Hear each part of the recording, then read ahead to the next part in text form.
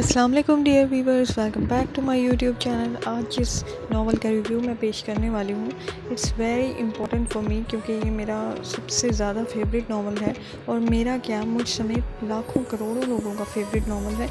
और इसकी ख़ास वजह ये है कि ये बैक वक्त बहुत से थीम्स को कवर करता है, जिसमें लव, सस्पेंस, स्पिरिचुअलिटी शामिल है।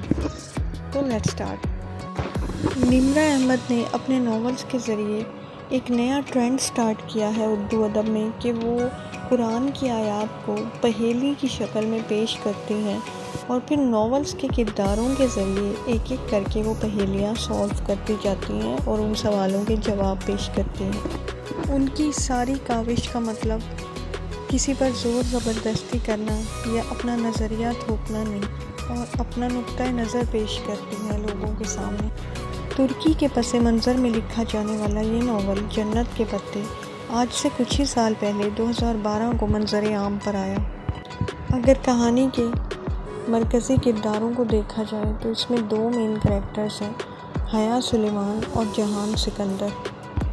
हया एक मॉडर्न और ख़ुद मुख्तार लड़की है जो इस्लामिक यूनिवर्सिटी इस्लामाबाद में शरिया एंड लॉ में LLB कर रही है। इसी दौरान उसे पता चलता है कि वो एक स्कॉलरशिप के तहत तुर्की की सबौंजी यूनिवर्सिटी में पढ़ने के लिए जाएगी अपना लास्ट सेमेस्टर। लेकिन उस यूनिवर्सिटी में एडमिशन से ज़्यादा खुशी हया को इस बात की होती है कि वो अपनी फूफों के बेटे जहान सिकंदर से मिल पाएगी, जिसका रिश्ता उसके साथ बचपन में ही तय कर दिया गया था। उन दोनों का निकाह हो चुका था, लेकिन कुछ फैमिली प्रॉब्लम्स की वजह से उनके जो फैमिलीज़ हैं वो उन दोनों की अलहदगी के बारे में सोच रही थी। अब यहाँ पे बात आएगी कि जहान सिकंदर कौन है, लेकिन हया नहीं जानती कि जहान सिकंदर मेजर जहान सिकंदर अहमद है। वो बहुत से खुदादार सलाहियतों का मालिक है। उसका ताल्लुक़ पाकिस्तान फ़ौज से है और वो बहुत सी अंडर कवर एजेंसीज़ के साथ काम करता है। तो वो पूरी कोशिश करेगा कि हया को तुर्की आने से रोक सके। लेकिन जब हया तुर्की पहुंच जाएगी फाइनली, तो वो हया से 3 मुख्तलिफ जो करैक्टर्स हैं उनमें मिलेगा। तो ये हया के लिए काफ़ी बड़ा पज़ल होगा। और यहाँ पे कहानी 2 ट्रैक्स पर चलेगी। एक दिखाएंगे हया की स्टोरी, जिसमें वो उन 3 करैक्टर से उसका सामना होगा मुख्तलिफ तरीक़ों से, तो पज़ल्स की सूरत में वो उसको मिलेंगे। और दूसरी तरफ दिखाएंगे जहान सिकंदर की स्टोरी।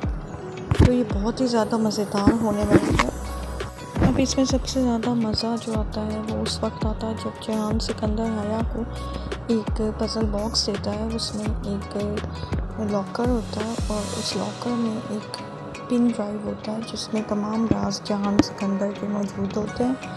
और उस पिन ड्राइव का एक पासवर्ड होता है जो कि उसको अनलॉक करना होता है। हया किन मराहिल से गुजर के उसे अनलॉक करेगी, जहान सिकंदर के क्या राज होंगे, ये सब कुछ आपको पता लगेगा ये नावल पढ़ने पर। और उसके बाद हया की ज़िंदगी में एक बहुत दिल दहला देने वाला वाक़या पेश आएगा।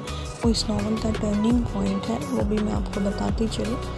तो उसे कोई स्मगल करके किसी दूसरे सिटी में बेच रहा होगा, तो जहान उसको बहुत मुश्किल से बचाएगा और वहाँ फिर वो उसको इस्तांबुल में ही एक जगह पर बड़ी मुश्किल से वहाँ तक पहुँचा देगा। और वहाँ से वो बच निकलेगी। वहाँ उसकी मुलाकात 2 और मेन किरदारों से होती है, जिनका नाम है बहारे गुल और आयशे गुल। उनसे मिलने के बाद हया को बहुत कुछ अपनी लाइफ के बारे में सोचने और समझने का मौका मिलता है। और सबसे पहले वो हिजाब लेने का फ़ैसला करती है और उसके बाद नकाब शुरू करने का फ़ैसला करती है। इस नावल में निम्रा अहमद ये बताना चाहती हैं कि जब एक मॉडर्न लड़की अपनी सोसाइटी से हटकर हिजाब लेने का फ़ैसला करती है या पर्दा करने का फ़ैसला करती है, तो बाज़ दफ़ा किस तरह उसके अपने ही उसके मुखालिफ आ खड़े होते हैं और उसको अच्छाई से हटाने की कोशिश करते हैं। लेकिन फिर भी वहाँ उसको हिम्मत नहीं हारनी चाहिए और अल्लाह के रास्ते को इख्तियार करना चाहिए, लोगों के रास्ते को छोड़कर। तो बहुत से इसमें वाक़यात हैं, बहुत सी ऐसी इंस्पायरिंग चीज़ें, मोटिवेशनल हैं और बहुत ही अमेजिंग है। मैं तो कहती हूँ कि गर्ल्स को तो ज़रूर ही पढ़ना चाहिए, और जो बॉयज़ हैं उन्हें भी एहसास होगा कि किस तरह औरतों का एहतराम करना चाहिए, किस तरह जहान सिकंदर जैसा करैक्टर अपनाना चाहिए। तो बहुत ही अमेजिंग नावल है, तो मैं इसको रेट करती हूँ 10 आउट ऑफ 10। शायद अब तक मैंने किसी भी नावल को इतना रेट ना किया हो। तो प्लीज़ आप इसको, ये हाईली रिकमेंडेड नावल्स में से है। बुक टर्नर्स को ज़्यादा से ज़्यादा लाइक शेयर सब्सक्राइब कीजिए। मिलते हैं नेक्स्ट रिव्यू में, तब तक के लिए अल्लाह हाफ़िज़।